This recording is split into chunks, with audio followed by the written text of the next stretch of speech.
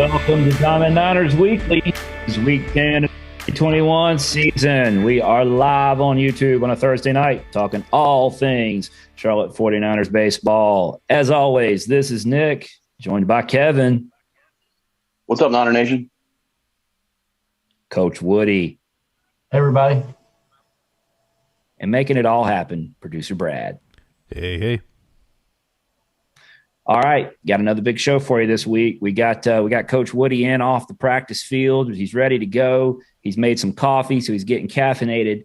I guess the big question we gotta get to here before we talk all things this weekend is Kevin. You promised us a big T-ball update this week. So here's your big moment. What's going on T-ball Diamond? What's going on with the spring breakers this week? Hey, we had a big week this week. Hit a good milestone. Every T-ball coach, his goal for the season is to have every player hit from the coach pitch. And this week we had every single guy in the lineup hit the ball at the coach pitch. So no more tees. So we're not calling it T-ball anymore. We're just calling it ball. We're hitting it off the coach pitch. So we're rolling. Does that put you in line for like Coach of the Year in that league or something? Could be. I could be. The 5U tball.com is giving us votes in the poll this week, national poll. So They really haven't been the same team since they came back from spring break. It's like they've been I don't know what they did while they're at Disney or Cancun or wherever they went, but sometimes you just need to change the scenery. They had to get their minds off of baseball for a little bit and get back to the fun things in life. Now they're back playing ball and they're having fun playing ball, so it's good. We're making progress. Okay. Still working on Coach Howard's boys are raking. Oh yeah. I love 1 that. through 9. I love that. That's fantastic. So there you go. I know Niner Nation needed to know that. We keep you updated on everything, man. So there you go. There's your Coach Harward T-ball update for the week.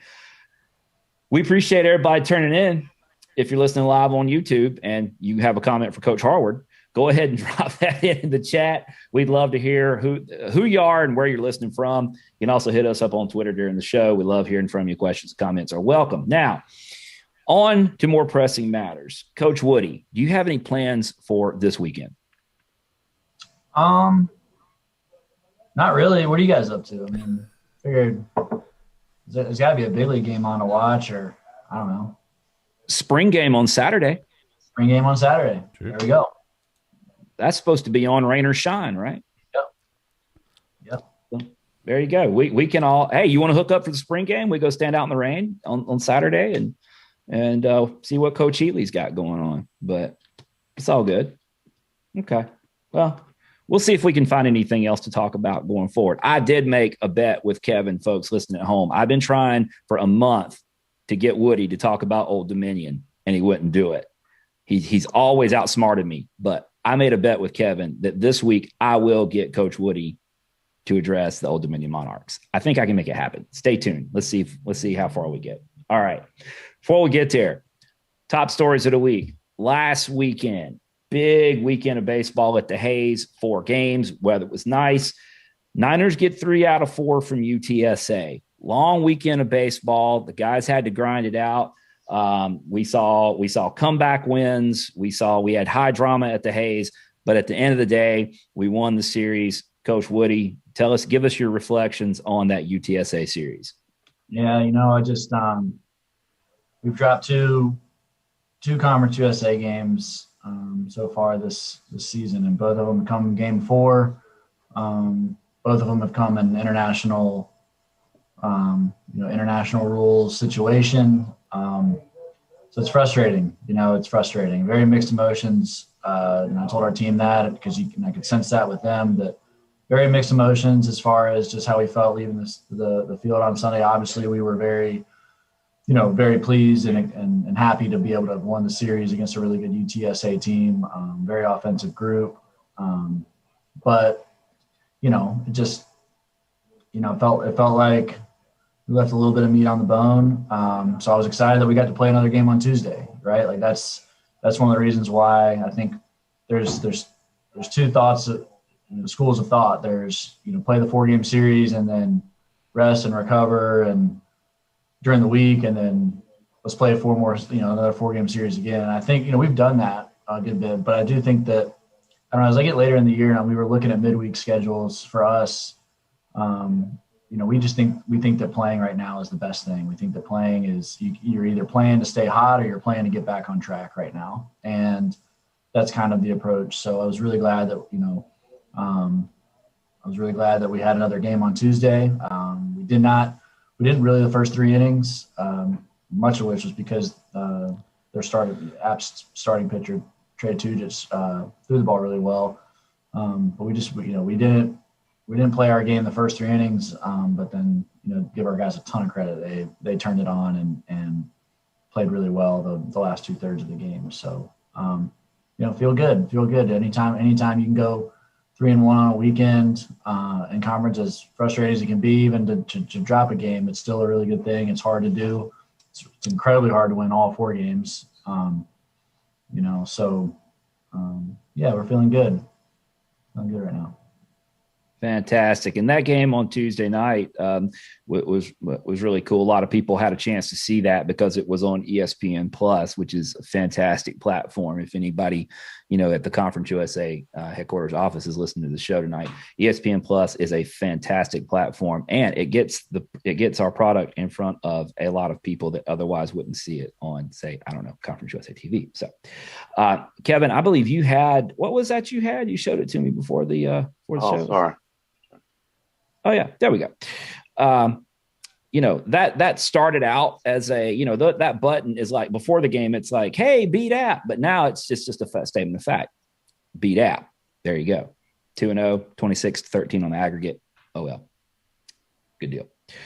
So we'll get into talking some about these individual performances this week because we had a ton of them.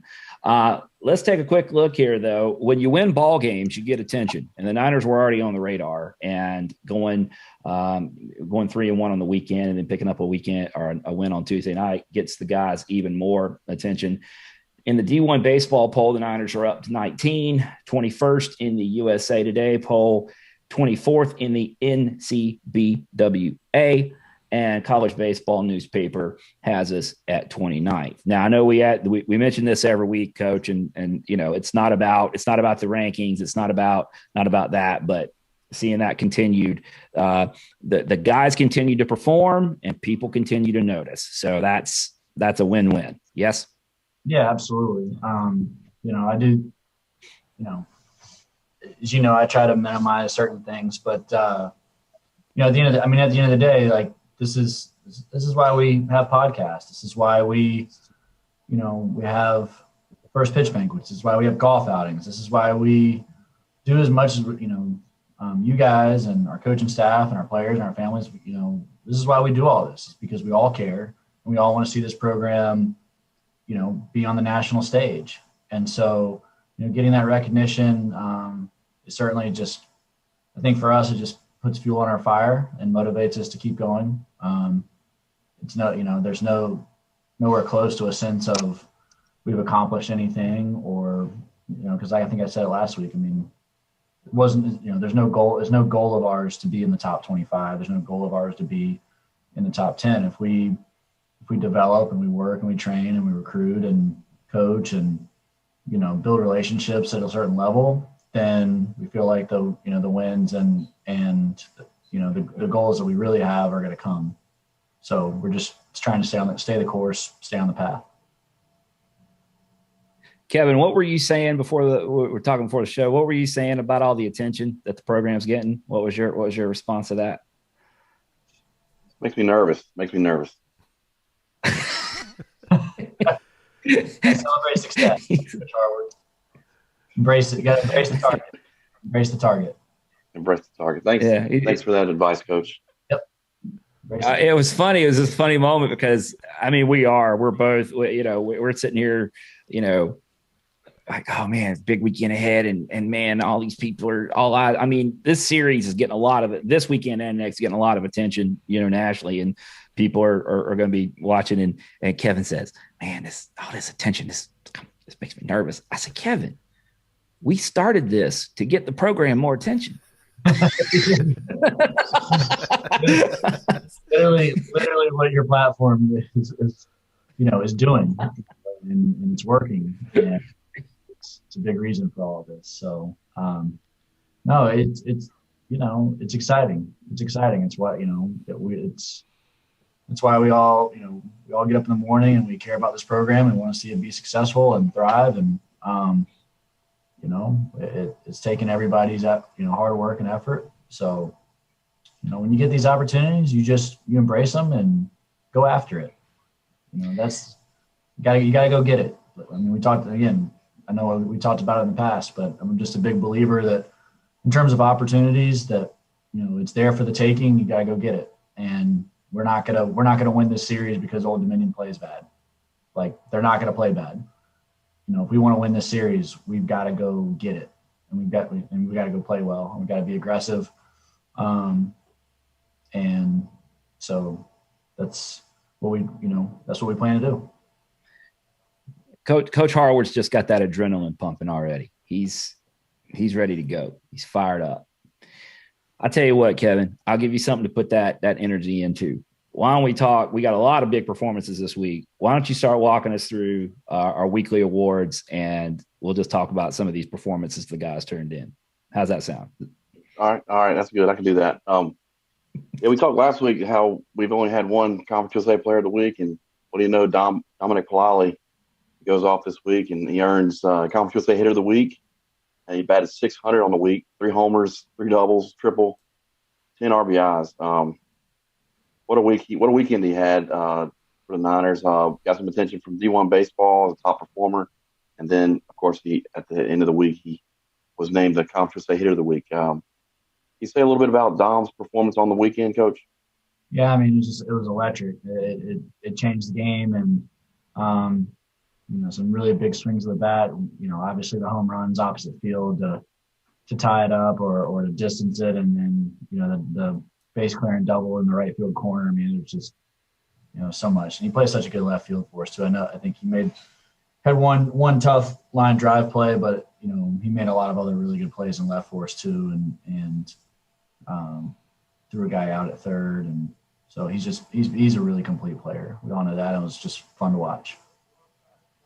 I think what you've seen with the coverage of the team so far this season is we go through that stretch without Dom, and that's why we're so partial to D1 baseball, because they know our roster, they know our team, and come out and see them. And they were on top of this from the beginning. Like, even going back, like ECU weekend is like, these guys are doing this right now. I mean, we talked about being without McCabe, which is obviously a big deal anytime that happens. But they were out there saying, Aaron Fitt was like, they're doing this without one heck of a ball player in the outfield. They're when they get Dominic Palali back, this could look a lot different. And Dom made him look smart last weekend, because he's back in the lineup, and it's hard to have a better weekend than that. Yeah, he was awesome, and bodes well for us moving forward to see him playing like that. Right. And Coach, I don't think we've addressed this on the show, but we've noticed Craig and Dom, they've got some interesting batting gloves. Can you explain the reasoning behind that for those who don't know? Yeah, no, I think there's some type of work glove, but Keuchel, I think his started last summer, and I think he either got tired of buying batting gloves or ripping batting gloves, or he tried these on, and these actually have better grip, and he hit really well last summer, so he just rolled right into the fall and spring with it. And then Dom developed a pretty big blister on one of his hands, and I think he tried Keuchel's gloves on, and he couldn't feel the blister with those gloves on, so he got a pair.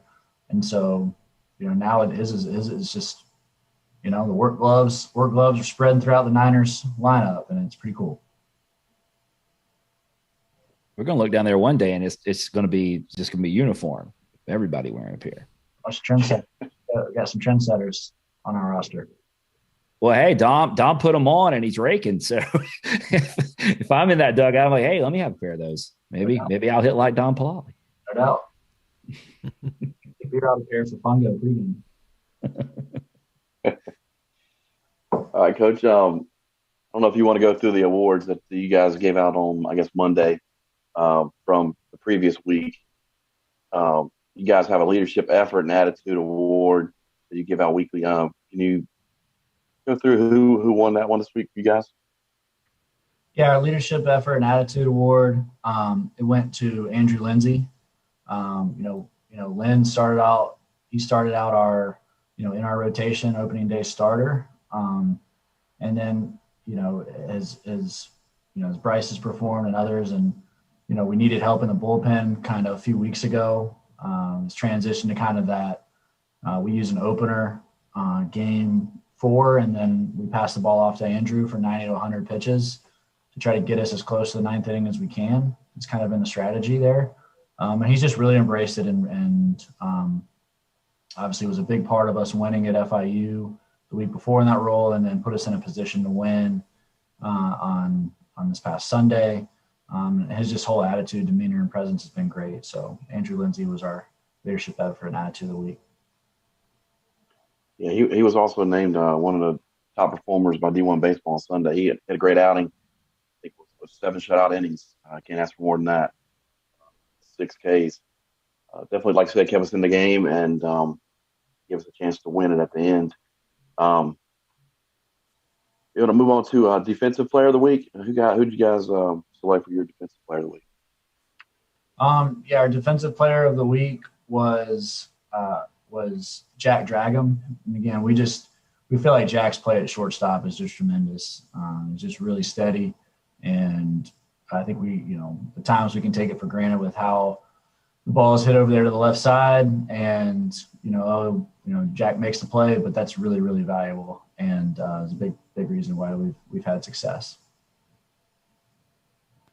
He has been a lot of fun to watch over there, and you're right. You do start to take it for granted because you think he can get to anything. Mm-hmm. I mean, most time he does. I mean, it's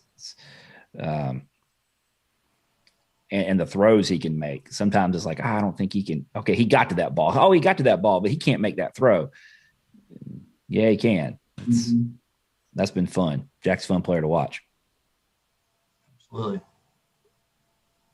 All right, Coach. Next up, we've got quality at bat and position player of the week.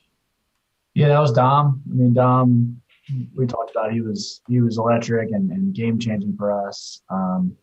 When you slug 1533 and you're on base 647, that's an OPS of 2200. That's outrageous. I mean, just to give you credit, Todd Elwood was, 7 for 14 on the week, and he slugged 643 and he was on base 588, which is ridiculous. So his OPS is 1200 and Dom's is 1,000 higher. I mean, it was like really an insanely good series for Palali. So it was great. I'll say this, and your comparison there reminds me. It is so we talk about these returning seniors and getting back to play like Carson Johnson. We've talked about Carson a good bit. I said this to somebody this week. This is probably the best stretch of baseball that we've seen out of Todd Elwood. And he's had some nice stretches of baseball in his career, but he's on a different level right now, the way Todd's playing. That surpasses anything that we've seen from him. And we've seen some good baseball from Todd, but what he's doing right now, he's really locked in right now. Yeah, he really is. Woody is, he's got such good hand-eye coordination and bat-to-ball skill, and obviously the speed, and and he's, when he's not chasing up, up or down and out of the zone, and he's drawing walks like he is right now. I mean, last series, he had 3 walks and only 2 punch outs in that series, so he's walking more than he's punching out. he is not fun to pitch to, on the pitching side of things. So, and we just love everything he's doing right now defensively, and he's hitting there. He's been there in the kind of 6-7 hole. So we'll kind of, there'll be guys on base in front of him, and we can hit and run. We can do some stuff with him. He's just a really great action guy. Or, if the 5 hole makes the last out of the inning, we feel like we've got another leadoff hitter there coming up there in the 6 hole to get stuff going for us. So it's just, he's done a fantastic job. And to your point, I mean, I think there's a special place in everybody's heart for, all of the COVID seniors and pulling for those guys to be successful. And it's great to see. My favorite, like prototypical Todd Elwood play is a chopper to the left-hand side of the infield that you just know they're not going to get him. It's just like, there's nothing you can do. He's safe. Yeah. Have you, and I'm derailing us here, Kevin, from the awards. I'll let you back on this in a second, but you brought it up, Woody. It seems like, and I don't have the stats to back this up, but it seems like we've, as a team, we've had to rally a number of times this year. It seems like more times than not, those rallies seem to start in the bottom half of the lineup. Mm-hmm. Yeah, drag him and Elwood. Gino's been down there. Those are good hitters. And those are, and they're very dynamic. They're very versatile. So again, they're not station to station. So once you get one on, you can steal, you can hit and run, you can just do a bunch of different things with that part of the order. So they're I think it's, might not be as much long ball at that part of the order, but for me, it's just as exciting when those guys are up. All right, Kevin, I'm done derailing you. I'm sorry. That's all right. Hey, we're talking about it, man. We can move on now to the pitching awards we have for the week. We had the whip leader and starting pitcher of the week and reliever of the week. Coach, you want to talk about your pitchers a little bit? Yeah, starting pitcher of the week was Bryce McGowan. Bryce went 5 innings, 9 punches, 1 walk, and and 2 runs. And he's been a total tone setter on the mound for us each and every week, and he's still got more in there. Like we have not seen his best outing yet. Like that's the exciting thing is he's been really good, and there's still more in the tank as far as his ability to take over a game. So hopefully it'll be tomorrow night. Right, like you said, he had a great outing on Friday. He got 9 Ks, and now he's got 69 on the year, which is second in the Conference USA. So yeah, he's definitely filling up the stat sheet as well. Had a lot of guys to choose from for reliever of the week. Who'd you guys go with? Yeah, this one was tough. I mean, we gave it to both Andrew Lindsay and Christian Lopez. Lynn's for his long relief appearance there on game 4, and then CeeLo making 3 relief appearances on the weekend with 6 punch outs, only 1 run. And just really high leverage spots for us. So Giesing's been really good for us. A bunch of guys have been really good, but we gave it to those 2. Just to hit a few more high points there, Coach, which we always love hearing who gets those staff awards. That's so cool that you kind of let us in on that. In addition to the guys we've mentioned, a few more guys. We got David McCabe is back in the lineup now. He's DHing. Got a home run, drove in some runs this week. David seems to be working on a few things, but looks like he's starting to round into shape. Yeah, definitely. I mean, I think McCabe is, he's right up there with Austin as far as, in my opinion, Conference USA Player of the Year potential. I mean, he's missed 4 or 5 weeks, and his numbers are still really, really good. Yeah, he's a game changer. Having him back, and we'll see him more at first base this weekend, which is exciting. So, having him back, makes for some tougher lineup decisions, but at the end of the day, everybody moving that needle closer to being healthy versus not is a good thing. So we'll take the problems that come with it. Yeah. And that would be another guy would be a great candidate to have a big weekend this weekend to be David. For sure. Yeah, we talked about a lot of guys, and we're now getting to our Golden Spikes candidate. Austin Knight, he had a big week as well. I mean, he's still leading the country in doubles. I think he's got 21 now. Um, Overall, the 49ers are currently leading the country with 86 doubles, by the way. But Austin Knight had had a big day on Tuesday during our game up at Boone. Led us off with a homer, let off scoring with a homer, and then came up big with a 3-run shot dead center. It landed somewhere on top of the mountain out there. You talk about Austin Knight's performance over the past 4 or 5 games, Coach. Yeah, I mean, it was what he did Tuesday night was at a whole nother level. That ball he hit to center field, it was smashed. And Coach Bick and I were, we have a lot of dialogue. It'd probably be interesting to mic us up for a game or two, but because we stand next to each other most of the game. But Knight was standing there. We had a conversation. We're like, man, he'd already hit the home run earlier, so it was before before the home run to center field. We just said to each other, we were just like, man, he looks so relaxed right now. He looks so relaxed. He looks so comfortable. And we're just like, I know, like he's dialed in. And sure enough, like a pitch or two later, he hit the ball out to center field, and it just changes our team. And he's a really good third baseman. So I know we talk about him a lot each and every week, but he's a heck of a player. I need to apologize to my neighbors. I'm sure they're not listening, but I can tell you what they did here on Tuesday night. And I apologize for that if they're listening, because I made some noise when he hit the first one, and Craig's. I was fired up, but when he hit that ball to center field,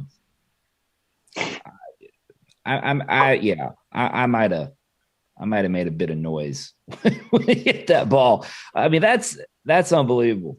Dead center, and he just smoked it, and it just, oh God, that's fun. I'll take that every day of the week. I don't even know what is when he gets back to the dugout, what do you do after that? You just go down and sit on the bench and you're like, yeah, okay, I just did that. Yeah, no, it's guys just, it just pumps energy into the dugout, and guys get fired up. And I think I went down and caught him when he was by the water cooler, and I think I said to him, I was like, man, how good did that one feel? And he goes, that one felt pretty good. Like, it's not like some home runs, you can just tell, like, almost like the ball and the bat hit, and it's like the ball wraps around the barrel before it shoots off. Like, that's kind of what that one did. It kind of like trampolined off the barrel to center field, and it just looked like he probably didn't even feel it come off the bat because he hit it so perfect. It looked like it felt great, and he said it did. Yeah, and the situation too. The situation it was in, when we go from down 2 to up 3, as we've been trailing the whole game, we take the lead, and we never look back from there. So definitely propelled the Niners on to victory with Boone, and you got a series sweep, I guess you'd say, over App State for the season. So congrats, Coach. Thanks. Yeah, no, Coach Grumman Smith and their staff, they do a phenomenal job over there. That facility is really nice. That's my first time there. Really clean, well kept. I know there's a lot of our fan base that don't like it up there too much, but I do want to acknowledge that it's a really nice ballpark. It was pretty, and we enjoyed playing there. Certainly helps when you come back with a victory. But I just want to acknowledge that we have a lot of respect for Coach Smith and what they're doing up there at App.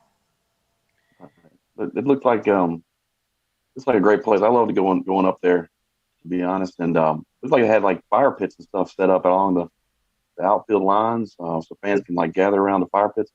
And they said on the broadcast that had a freeze warning that night. I'm guessing the temperature dropped pretty significantly from game time to game end. It did. We kind of got there. 5 o'clock start was perfect. We kind of got out of there right when the temperature. If it had been a 6 o'clock start, the last hour would have been pretty cold. But it's college baseball, and I coached in Blacksburg, Virginia for 3 years, so it doesn't even come close to that. Now, I will say, Woody, it seems like every time you came out to the mound, you had on an additional layer. You were layering up as you came out of that dugout. Best way to stay warm is don't get cold. There you go. Now, I will say, and the app game is a part of this, but it's just this team.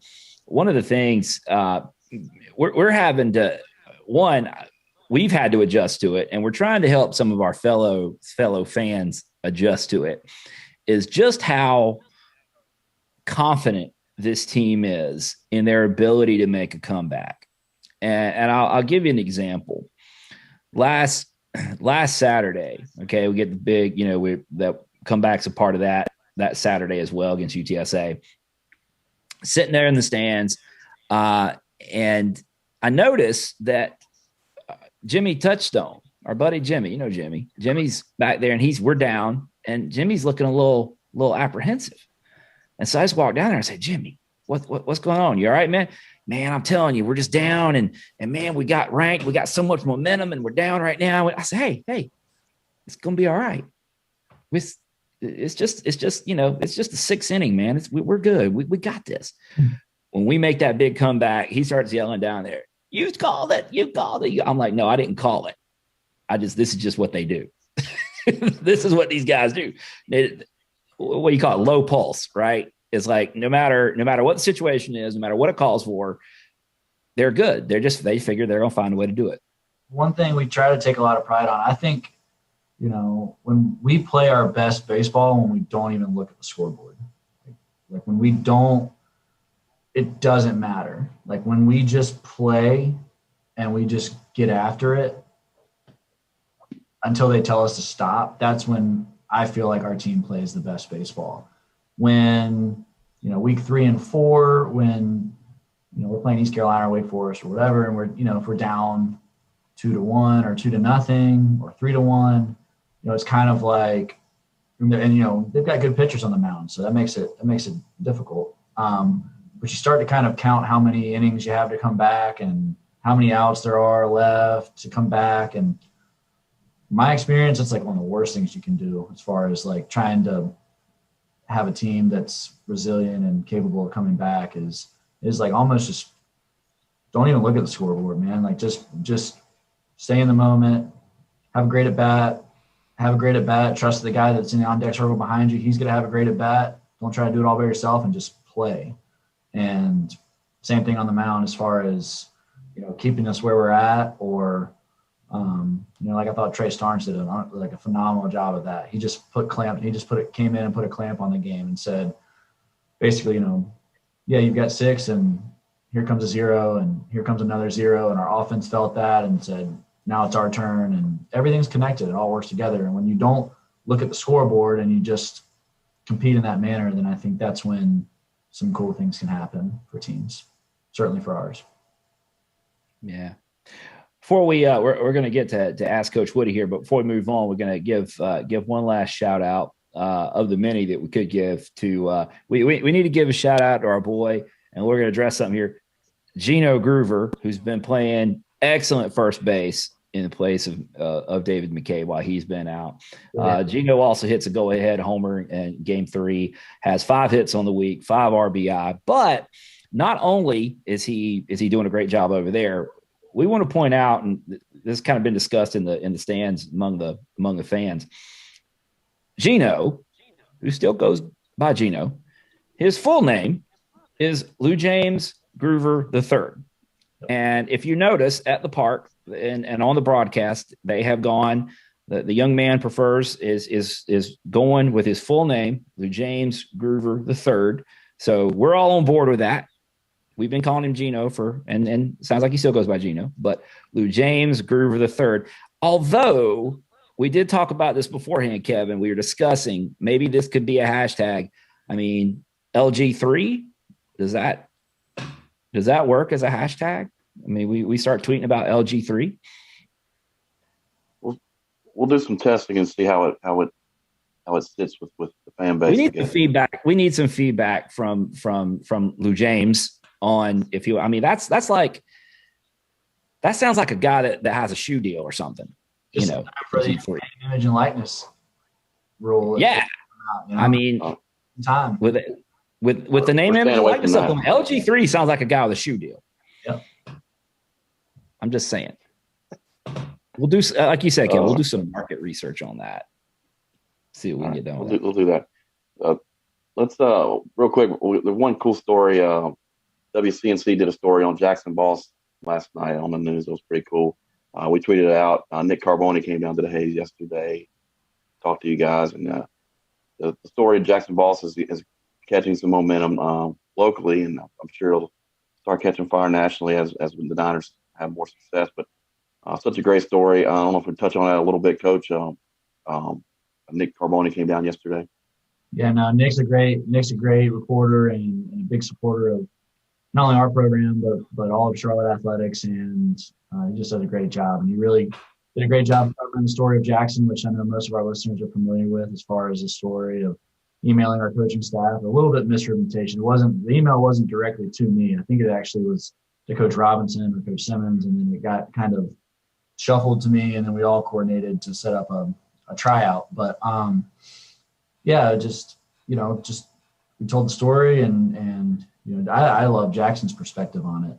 Jackson's perspective on it is great because I love hearing about his club teammate members telling him like hey man, like you're good enough, like you should go play, you can go play for them, like you're good enough, and that sort of thing. And you're like kind of pushing him to do it. I mean, that's just it's rare. I mean, that's really cool. And and then walking in and seeing him throw, and I watched, like I told in the story, I watched 3 or 4 pitches on the iPad and saw the metrics, and I was like, well, he's going to make our team.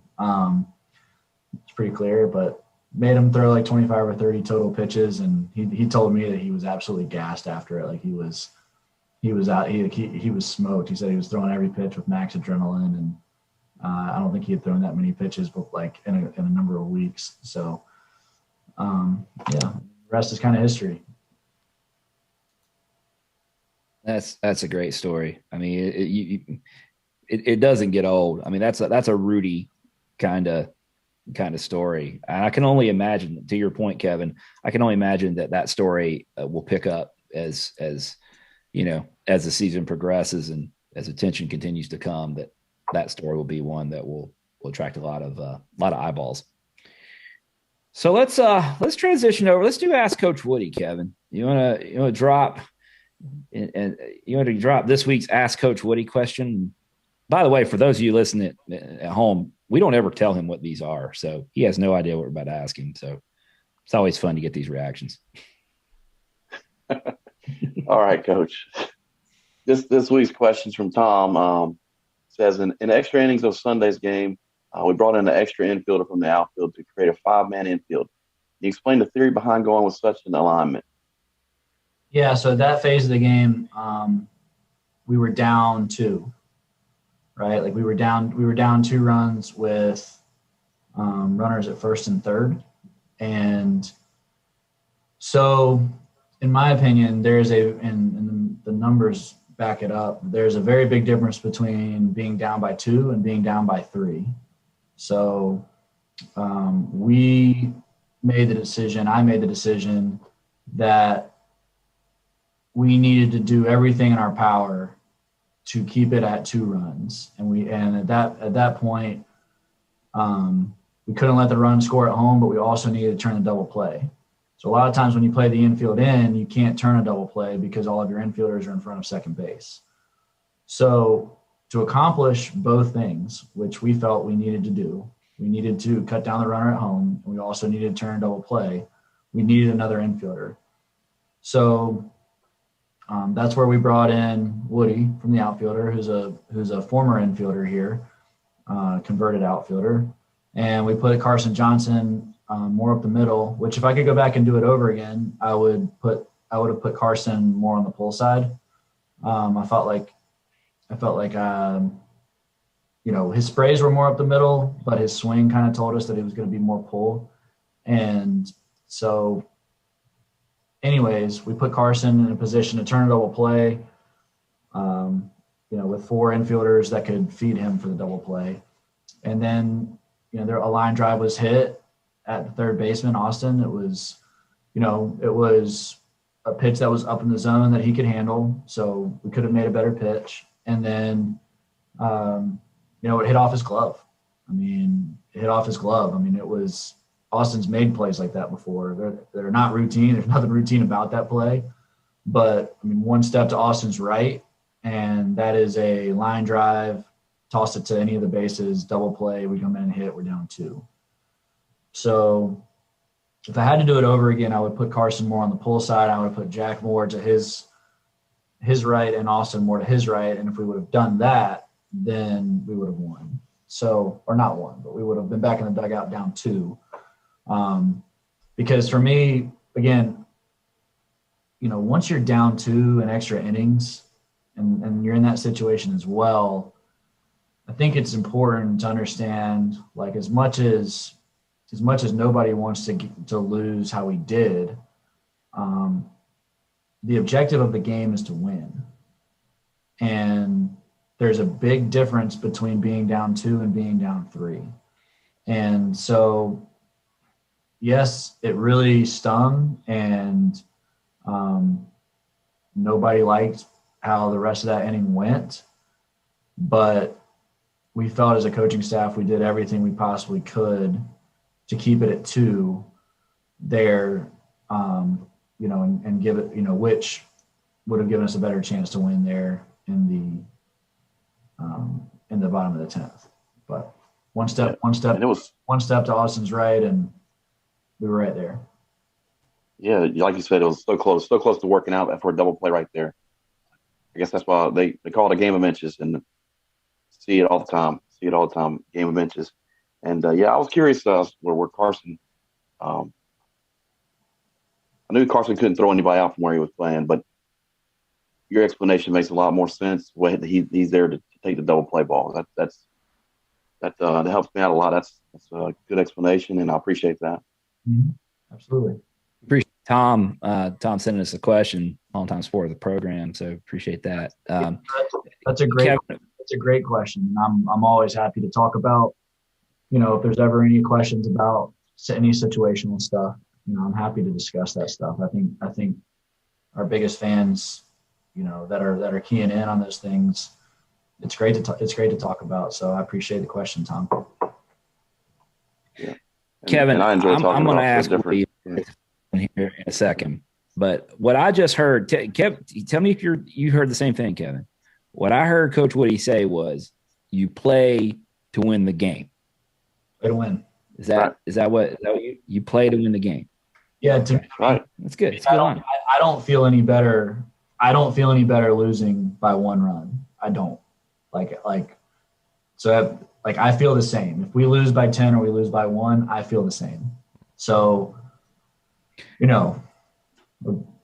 my point being is that we're going to do everything we possibly can to put us in a position to win, even if that means we got to gamble, we've got to sell out a little bit, and we might look foolish doing something unconventional, but that was, hopefully the rationale that I gave, as far as we're trying to cut down the runner at home and we're trying to double play, and you can't do both with only 4 infielders. You need a 5th one. Hopefully that helps everyone understand what we were trying to accomplish. Right. And this game's been played the same way for 100 years, Coach. And it's cool to see different things done during a ball game. And we talked about the 4-man outfield before and 5-man infield now. So yeah, it's great to discuss things like this and new ways to look at the game of baseball. Yeah, it takes some, It was also great to find a way to work in Herm Edwards into Diamond Niners Weekly. What do you mean? Right? You play to win the game. Play to win the game. The Herm Edwards. Yeah. You play to win the game. So here's another defensive question for you. Oh. How many times in your baseball career have you seen a runner at third tagged out by a first baseman? Man, that was rare. Really, really rare. And really, really, displayed Gino's talent athleticism and instincts all in one play right there. Like, it was really cool. I mean, really cool. I mean, the base runner was shocked. The base runner was like, what just happened? Because you do not see that. But it was, we had, I think Carson was so shifted up the middle there. As soon as the ball was chopping to the right side, Gino did what he was supposed to do. He went after the ball and, just continued to run to third base, and the base runner rounded third, and I couldn't believe it. I was like, wow, I may never see that again. The runner didn't think he would do it. Froze. Yeah, it was crazy. It was awesome. And if you notice, it seems like I have to go back and look at it, but it seems like Austin was at the bag on third, like, okay, you're going to throw me the ball. And then LG3, copyright 2021, is like, nah, I got this. He just tags him. And then when it's over with, he looks around like, what? Umpire's like, no, you're out. That's got to be a rarity. I mean, it is a rarity, but I wonder, like, very, very rare play there. That might be more rare than a triple play. You think? Probably, yeah. I mean, that's pretty cool stuff we saw. So anyway, it was fun deal. I know coach didn't know what was going on. Their coach, because he was just looking around like, what just happened here? We're out, whatever. So cool deal. All right.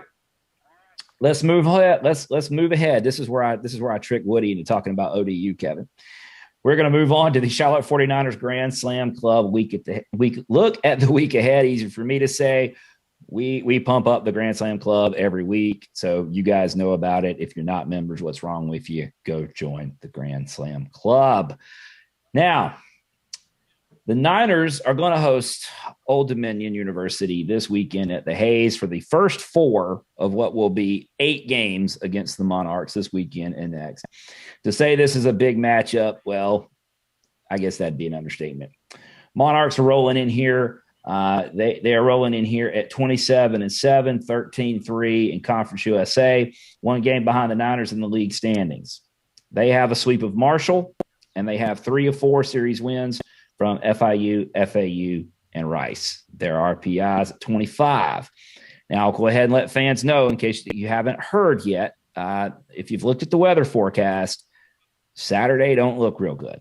We were joking about the spring game earlier in the show. Yes, it looks like the spring game is on, rain or shine, but the baseball is not. Due to weather on Saturday, looks like we're going to play a doubleheader tomorrow, 2 9-inning games starting Friday at 2 o'clock, and then the Niners and the Monarchs will be back in action on Sunday, 2 7-inning games at 1 o'clock. So there. Now, the moment of truth.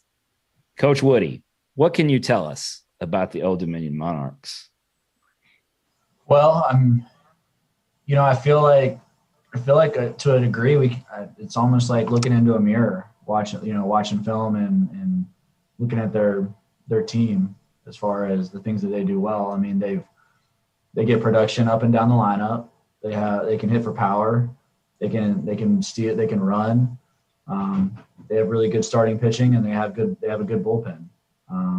Defensively, they're fielding 978, so they're right. Us and them are right there together, and it all kind of lines up to be a very, very evenly, matched weekend and 2 weekends. So I've known Coach Flinwood a long time. Their pitching coach Mike Marin is a good friend of mine, close friend of mine, and they're well coached. They didn't have a midweek game this past week, so in fact, when I was texting with their pitching coach just about other things, he mentioned I know they were already watching film on us on Tuesday, so they're going to be well prepared, and it's going to be a really, really challenging 2 weeks for us here starting tomorrow, and mentally and physically we're gonna get after it. So that's what I got for you. They're a really good team, and they're well coached. Well, we want to start out by giving a shout out to Coach Chris Finwood, who has been liking Diamond Niner Report tweets and even retweeted us at least once, I think, Kevin. So for all I know, shout out to Coach Finwood. For all I know, he's down in the dugout right now listening to the show. He's a supporter. He's a follower. We appreciate that. So what's up, Coach Finwood? Looking forward to seeing you this weekend. So he's a great dude and great coach, and so very well respected in our industry. Yeah. Speaking of that, Conference USA did move up to 5th in the RPI rankings. That was really that was what Coach Finwood was retweeting about. Yeah, great to see the conference jumping up. We jumped above the AAC over the week, so conference is looking up. Like you said, Coach, it kind of is like looking in a mirror to the stats on the stat sheet from a bird's eye view. Both teams scored a lot of runs. Both teams fielded well. Both teams pitched, and they had a few more homers than we have. But both teams are fairly equal. Yeah, no, I mean, and we were missing Big Maple and Dom for a few weeks there, so I mean, it's all going to come down to who plays the best ball tomorrow, and it's not about who's done what last weekend or a month ago. It's all about showing up tomorrow, and like I said, mentally and physically, just even if it's just 1% better, trying to be 1% better than them each game. So it's going to be tough. It's going to be a good challenge. Yeah, when you look at at conference rankings in most categories, it just first and second. Sometimes we're first, sometimes they're second, but it's just back and forth. Unbelievable. It looks like, and I will ask you this one question about your weekend rotation. You've kind of moved it around a little bit. We've done typically like game 4 TBD. Looks like right now things are relatively unchanged, but you're doing a little switch up. We've got Andrew Lindsay penciled in game 3, and then Matt Brooks game 4. Yeah, no, we need. We felt we really needed Andrew in our bullpen there for a few weeks. We didn't. We were down a guy or two, just or we had a couple of pitchers where maybe.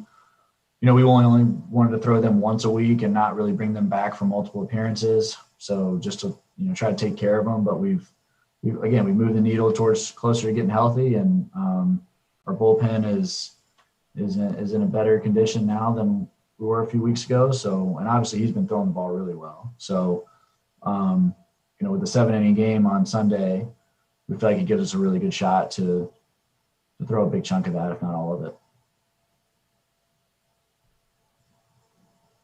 Yeah, there's no doubt. Yeah. I mean, his confidence level has got to be. You mentioned this earlier in the show. I mean, he's looked like early season Andrew Lindsay the last 2 weeks is what he's looked like. He's capable of being as good or better than anyone. He's capable of that. I mean, he works so hard. He's extremely talented. He's got the mindset. So it's been huge last 2 weeks seeing him throw the ball like he has been. I'm excited to see him throw this weekend. So and we spoke about this a little bit, but with their offensive lineup, and they have some guys that can really get it done. The least of which is certainly not Carter Trice, the second baseman. Bo, how do you guys game plan going into a series when I think it's safe to say this is I guess we could throw ECU in there, but this is probably the most offensive top to bottom unit you guys have faced. So how do you guys game plan for this going in? We watch a lot of film, and we try to watch a lot of film as well against opponents that we feel like match up like our guys. There's certain, no disrespect, but there's just there's certain pitchers that when we watch film, it's like he's a lot like Bryce, or he's a lot like Brooksy, or he's a lot like Goose. Just so then we'll kind of game plan based off of that. But at the end of the day, it's about no matter who we're facing, whether, it's this weekend or last weekend, it's, when the name of the game, I mean, pitchers have an advantage. They always have, they always will. The numbers are in the pitcher's favor. And if the pitcher executes, his strengths to his game plan and limits free bases and lets the defense work and controls counts, then we'll be in good shape. If we work behind and we give them free bases and, we try to, get away from our strengths, then it's going to be more challenging than it should be. So, it's just about controlling things we can control. And, our game plan is going to be to attack with our strengths and adjust as needed.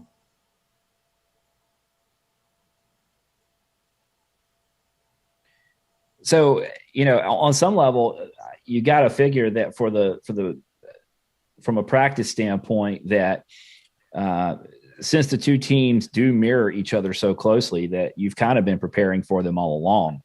Our guys have to throw to guys like Austin, guys like Big Maple. They have to throw to them on a daily basis. So now that's preparation for what you're about to go up against. Mm-hmm. Yeah, no doubt. I mean, we've said that since September.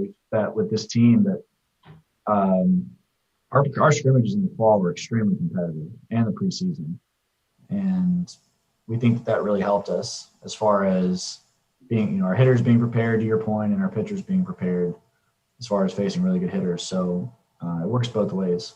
The inner competition within the team has made us better, and as we feel like it's prepared us for this series. For sure. We've had a few comments come in through the chat. I'll give you those quickly, Coach. Your boy Feet Davis is loving it. He says, "What's up?" DW's back. He says he's loving it, learning a lot. So, see, we're educators here at Diamond Niners Weekly. We're not. Coach Woody is. Coach Woody's teaching baseball. He called Coach Hartwood something in the first 3 minutes of the show. It's unbelievable. So we're out here educating the masses. Now, one question did come in, and we actually had the same question. There was some debate about Gino coming out, Lou James coming out, LG3, #LG3 coming out of the game at App, and if everything was okay with him. But I believe you said that was more of a strategy call than anything going on with LG3. Yeah, no, he's he's fine. He's fine. He was a little under the weather. Before the game, didn't feel great, and Butch has just been swinging the bat really well, and with McCabe DHing and not playing first, we felt like, let's just say Gino feels a little under the weather. Let's give him a breather, let him rest, and let's get Butch in there. And we were down 3 at the time, and try to come back. We needed to become a more off. We needed to go offensive. The game was not about run prevention at that point. Like the game was just, sometimes the game is run prevention, and we'll substitute accordingly. And then sometimes the game is, we gotta bang the ball around a yard a little bit, and so we'll substitute accordingly. It's kind of, we try to feel out what type of game it's going to be. And I referenced that a little bit, about Game 4 against UTSA. We did not think that final score was going to be 4-4 going in the ninth. We thought it was, going to be more 6-5, 7-6 type deal, and just, so. Because every game's a little bit different, you can watch a game and say this is going to be a low scoring affair, and substitute accordingly, or this one's going to be a back and forth deal. So it just sometimes the style of the game dictates our strategy while it's going on. We'll have a game plan going into a game about who we want to play and who we want to sub, but again, I write everything down in pencil with an eraser. There you go. So there's the question that came in that came into the chat about LG3. But your answer reminded me of something I wanted to work in and make sure to point out. We had so many people talking about the key roles they played. How about we give a shout out to our boy Jacob Whitley coming into game at App on Tuesday night and getting the job done. You made the mention that you were trying to mix things up, looking for a spark, and Whit came in and did that. Yeah, I mean, Whit from a pure offensive point, I mean, he's done everything asked of and then some each opportunity he's gotten.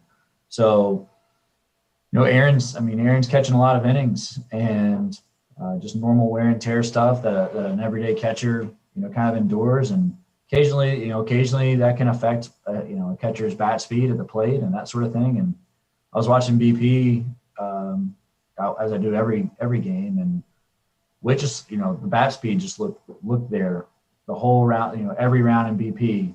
And so I just thought it accomplished two things. It got AMAC a little bit of a rest and a breather, and it got Whitley in there who's fresh with maybe a little bit more bat speed and, just like you said, a spark to come in there and try to help us offensively. And, he certainly did that with a hit. And then first and second, we put a hit and run on, and he executed it perfectly. I mean, he hit it right through the left side, and just was a huge swing, a couple of huge swings of the bat for us.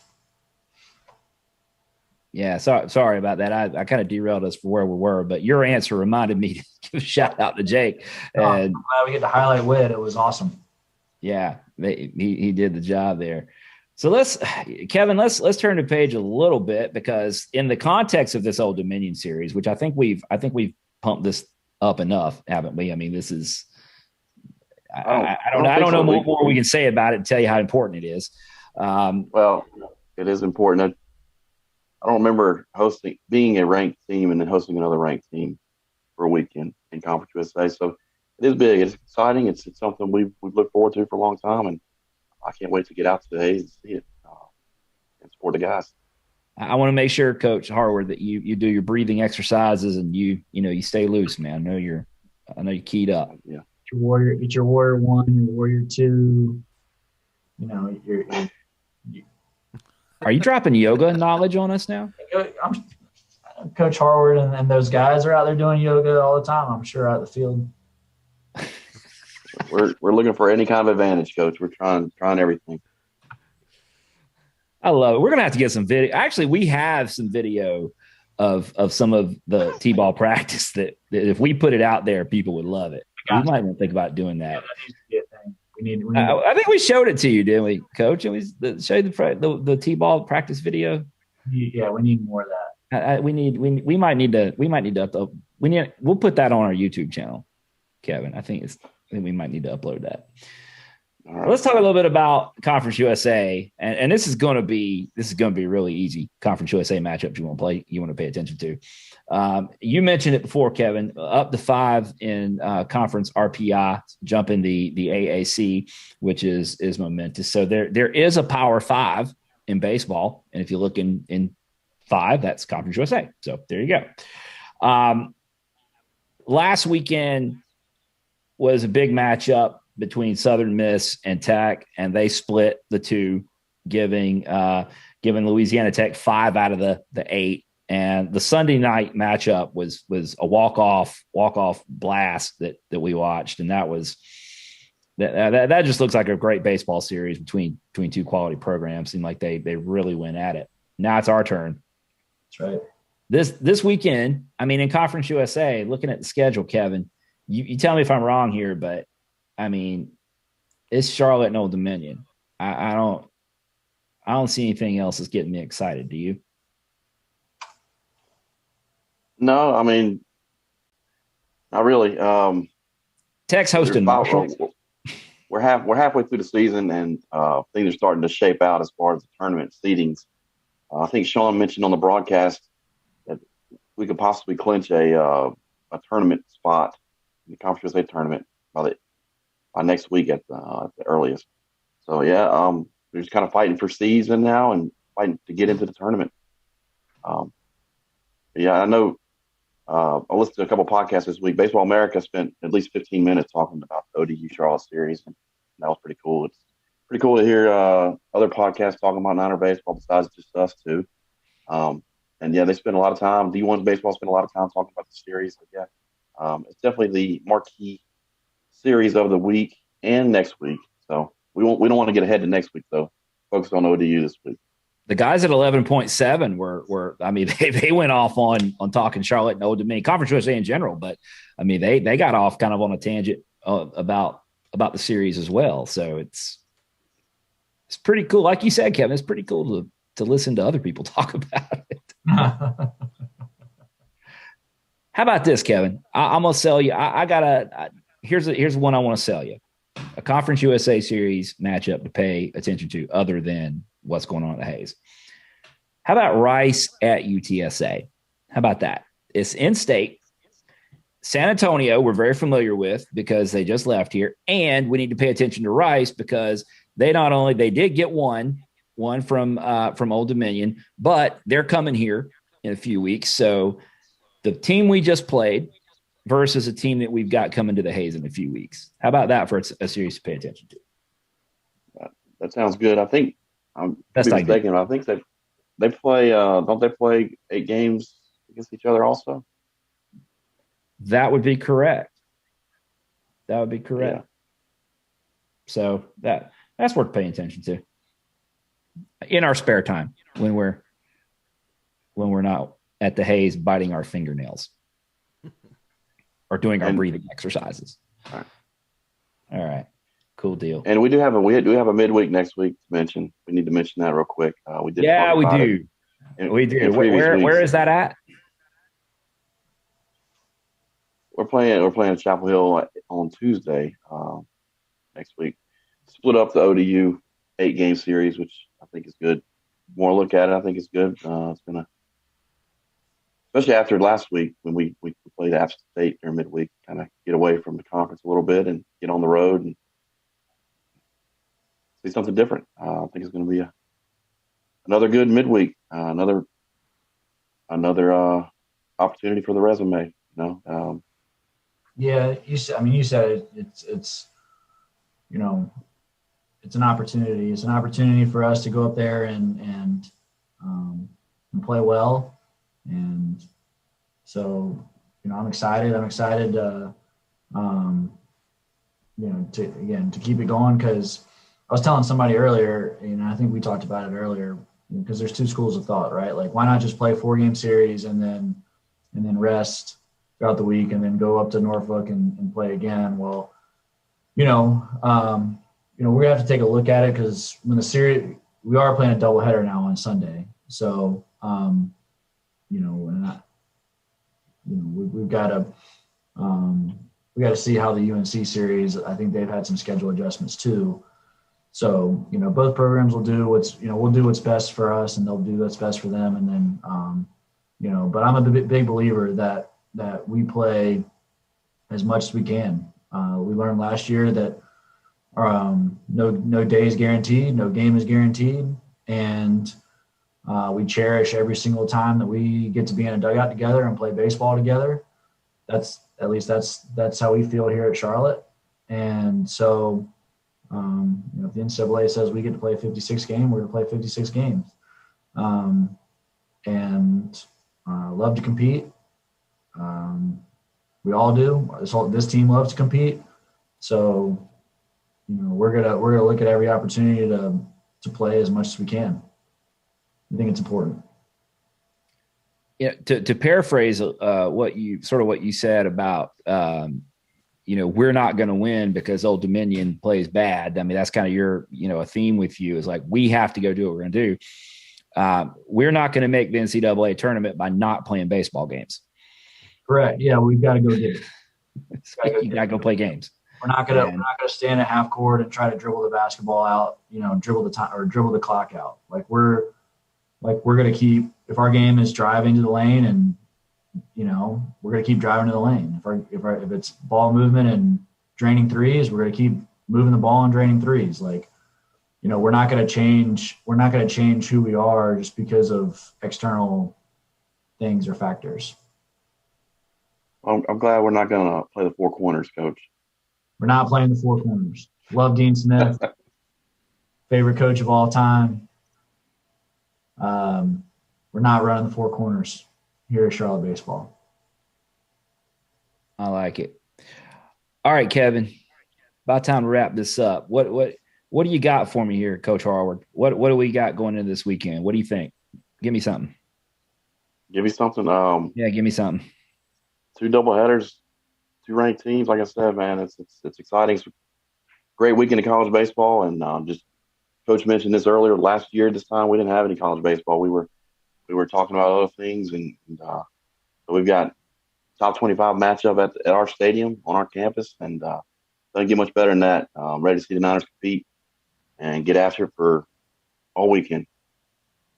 And Kevin, if I had told you this time last year that we would be doing that this year, you'd have probably told me to go do my breathing exercises because I wasn't getting enough oxygen to my brain. But here we are. I mean, that's what's going on.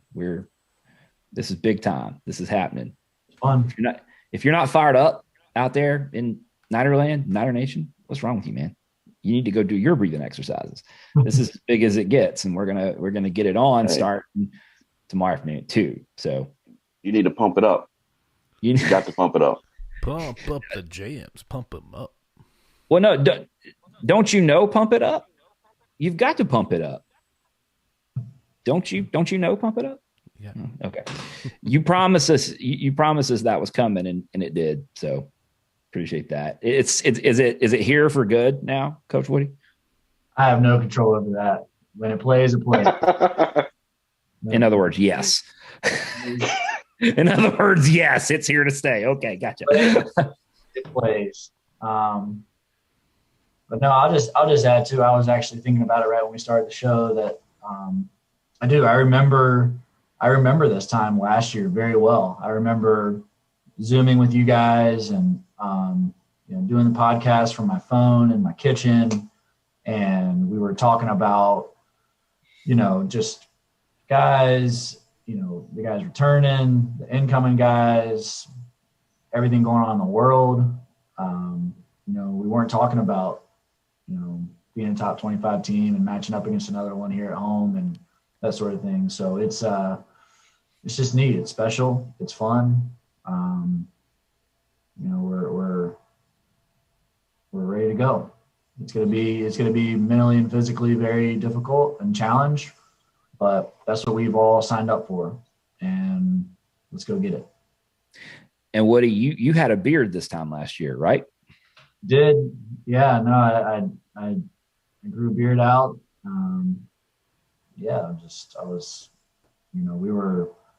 It's just crazy. It is, when I would come to the office last year, I actually remember being up here late April of 2020 and thinking to myself, man, it would have been really nice to be able to have gotten to coach our team in this weather. I mean, we played 17 games and it was, it's early season weather, and then you come out. I mean, my first experience of this weather here at the Hayes was in an empty stadium with no team and no real energy, and every day, it's April in Charlotte, North Carolina, you walk here to the Hayes, it's like trees are full, grass is green. It's like, it's special, man. Like this is a special ballpark, especially with this weather. And, so it's, I'm thankful for the fans and supporters that are able to watch us compete this weekend. I'm excited for more to come. Seems like we're moving that direction as well, which is great.